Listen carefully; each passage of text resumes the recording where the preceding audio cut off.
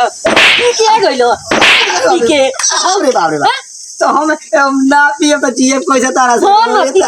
तो पिया बे कर पिया मार जी पिया नाती के बेटा ए महाराज काहे मारतनी अपने मरद के देखो नहीं है ना नतिया किंग पी के आके आ देह में सोटा रहत हवे हैं बताई उन्होंने के रौड़ा वार्ड मुखिया सरपंच के अपन दुआ पर भगा देनी है हां तो भागाई ना वोट लेवे के बेटा ले ले चलो फुसला के जीतला के बाद के मुंह नहीं के देखा होता के ए जे सबके वृद्धा पेंशन बूढ़ा पेंशन मिलता आ हमरा कुछो ना हमरा जब तक ले जवानी पेंशन ना बनी ए नाती के बेटा के लोग केहू के वोट ना दे एगो तो हमरा लइकाई पेंशन ना बनो कम से कम एगो जवानी पेंशन बने के चाहिए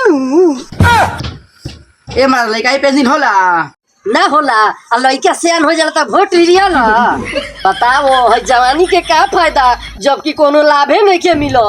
तो शुरू मनाओ कि गांव के लइका 1200 की रोज रात के हमार जवानी पेंशन दे देवे लोग तो ए महाराज लइका ने रात के कौन पेंशन देवला सजी रउआ रात के आई मालूम चल जाई तोरी भला की त मौग बिया भाग